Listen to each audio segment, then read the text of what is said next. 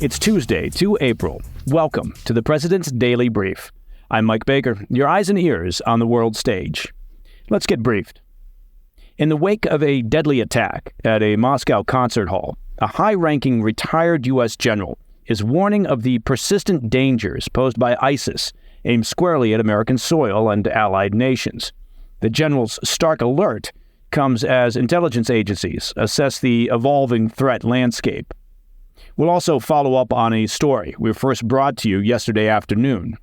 A key Iranian Quds Force commander and several others were killed in an alleged Israeli airstrike in Damascus, Syria.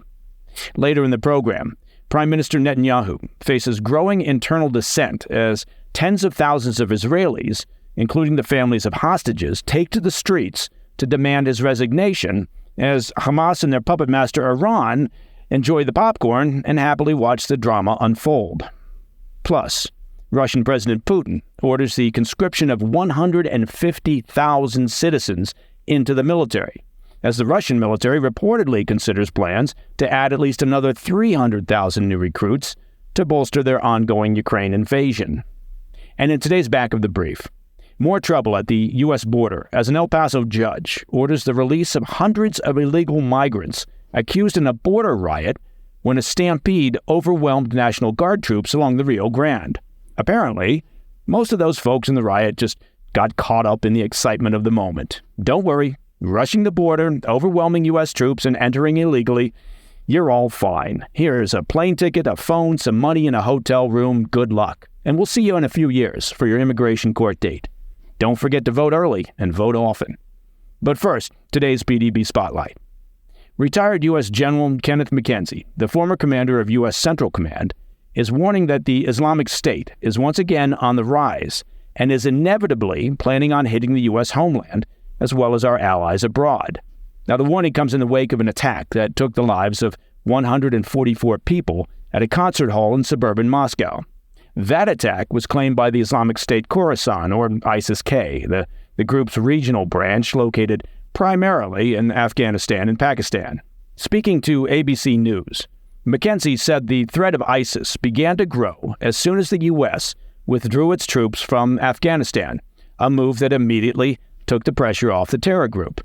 But I thought the Taliban promised to do better this time around, honestly, if you can't trust the Taliban. McKenzie told ABC News' Martha Raddatz, quote, "I think we should expect further attempts of this nature against the U.S., as well as our partners in other nations abroad. I think this is inevitable," end quote. Well, congratulations to the general. He wins today's PDB Statement of the Obvious award. The prize package is pretty awesome, so well done. McKenzie added that since withdrawing from Afghanistan, America has all but lost what's called over-the-horizon capability in the country. In short, that means we've lost the ability to conduct counterterrorism operations, such as surveillance and strikes, without having a significant physical presence on the ground. This is despite previous assurances from President Biden, who maintained that America would be able to, quote, act quickly and decisively in Afghanistan should the need arise. General McKenzie's comments were echoed by retired General Mark Quantock, who oversaw intelligence operations for U.S. Central Command.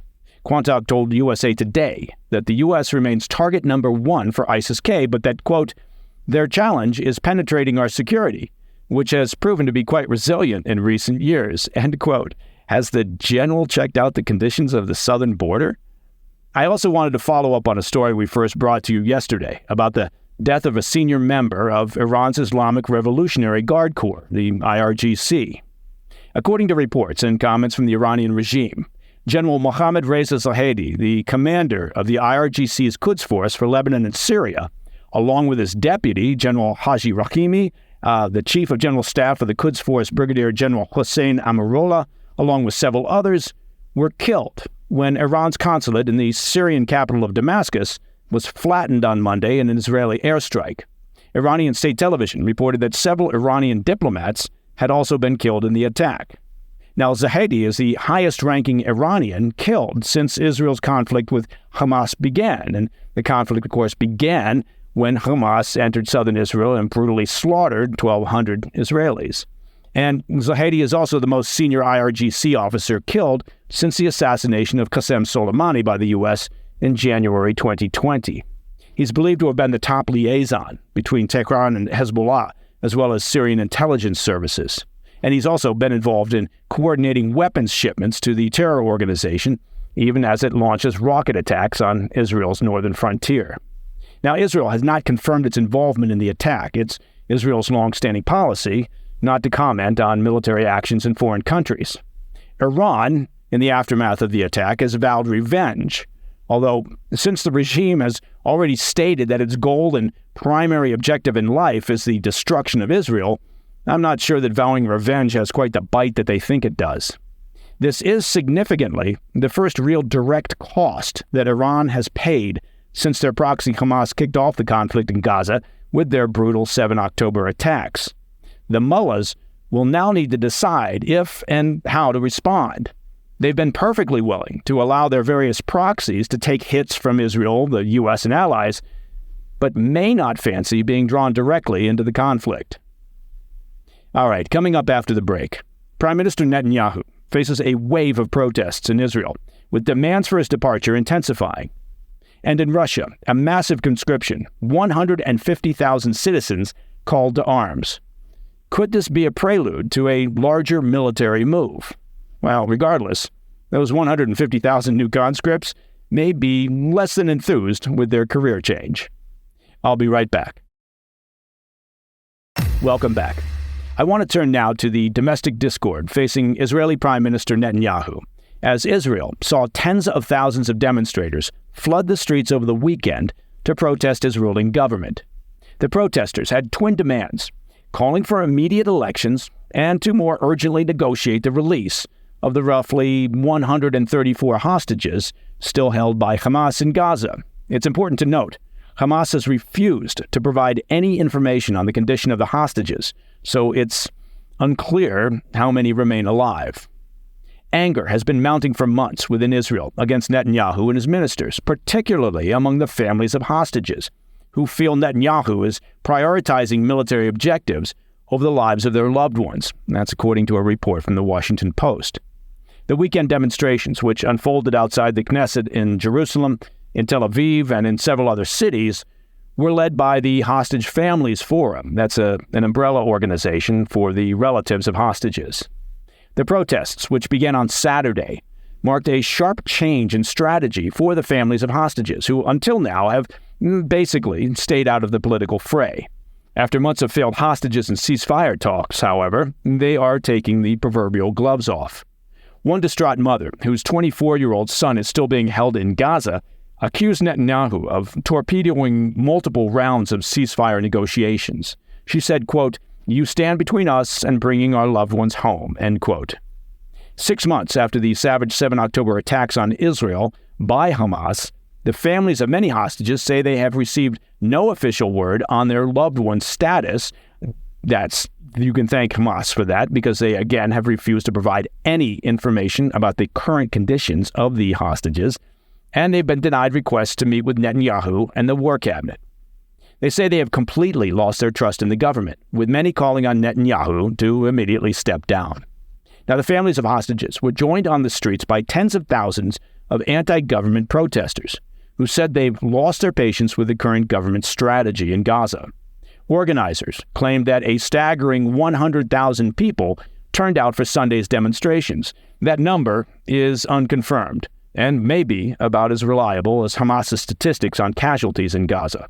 The frustration among Israelis was palpable, with one protester telling the Washington Post that Israel is currently being run by a, quote, gang of nutcases that jeopardize not only our existence, but our well-being, end quote. For his part, Netanyahu said he understood the anger of the families of hostages, saying, quote, "The pain of the families of the hostages breaks my heart. I think it breaks all of our hearts. Anyone who says that I'm not doing everything to bring back our hostages is wrong and is misleading others," end quote. Netanyahu added, however, that any change in leadership at this time in the war would be handing Hamas a victory. He said, quote, "The calls for elections right now, at the height of the war, a moment before victory, will paralyze Israel for at least half a year. It would paralyze the negotiations for freeing our hostages. It would bring the war to an end before its goals are completely achieved, and the first that would welcome this is Hamas, and that tells you everything." End quote. Well, he's not popular, but that doesn't make him incorrect. Turning our focus to Russia, as rumors swirl that the Kremlin is preparing for another mobilization of troops for Putin's war in Ukraine, the government is calling for a fresh round of military conscriptions.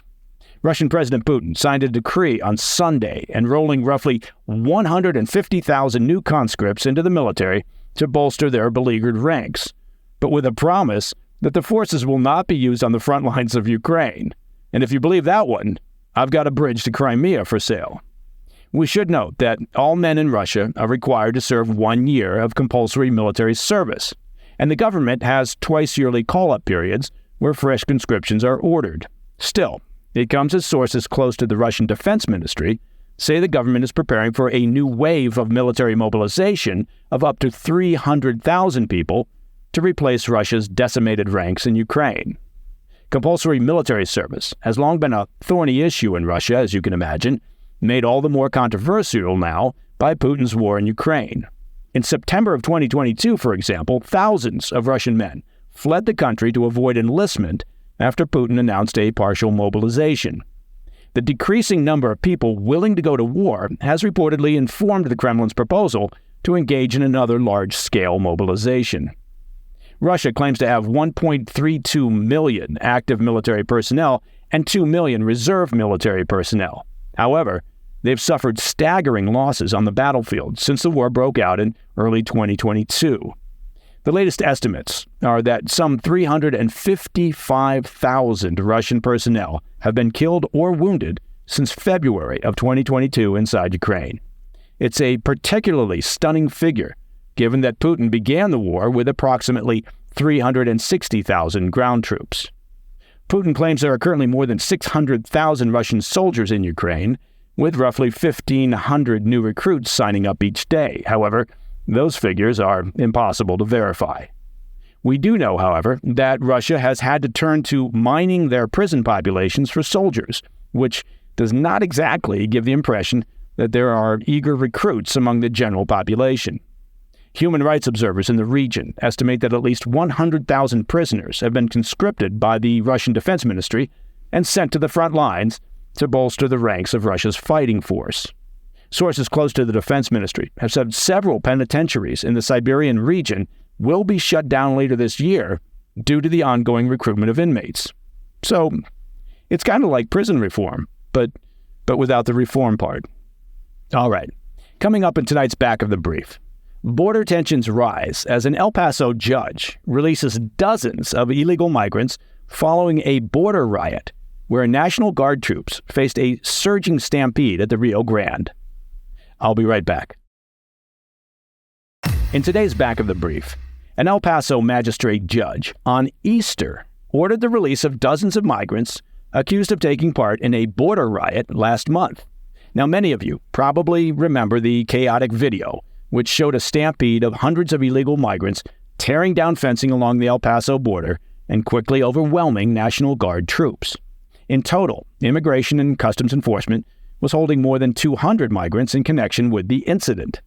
Now, the presiding magistrate judge, Humberto Acosta, made his ruling on Sunday, declaring, quote, "It is the ruling of the court that all the rioting participation cases will be released on their own recognizance," end quote. Well, that's nice. According to the El Paso Times, the judge said that the reason for releasing them was because the El Paso District Attorney's Office had not scheduled individual detention hearings for each defendant. So, in essence, it was a paperwork issue. Well, look, I didn't know that you could turn this stupid dial up past 11 when it came to border issues, but apparently there's a 12. Some migrants were additionally hit with assault of a public servant and criminal mischief charges, but it's not clear if the judge's ruling applies to them as well. In February of this year, the U.S. Border Patrol recorded a total of nearly 190,000 encounters along the southwest border. That's down from the record high of nearly 250,000 encounters in December of 2023. Since President Biden assumed office, CBP has logged nearly 7.3 million illegal border crossings. And those, of course, would be the ones that were encountered by law enforcement. The actual number, including those referred to as known gotaways who crossed illegally undetected, is, well, anybody's guess. Conservative estimates put the number of known gotaways during the Biden administration at between 2 and 3 million. But really, nobody knows.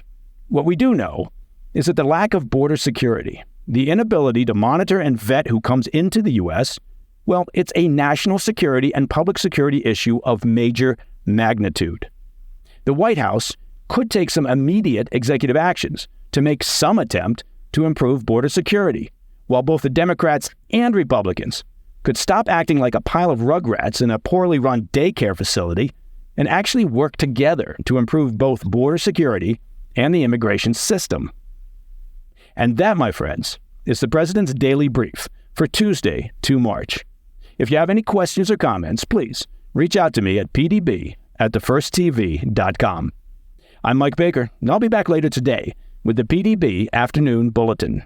Until then, stay informed, stay safe, stay cool.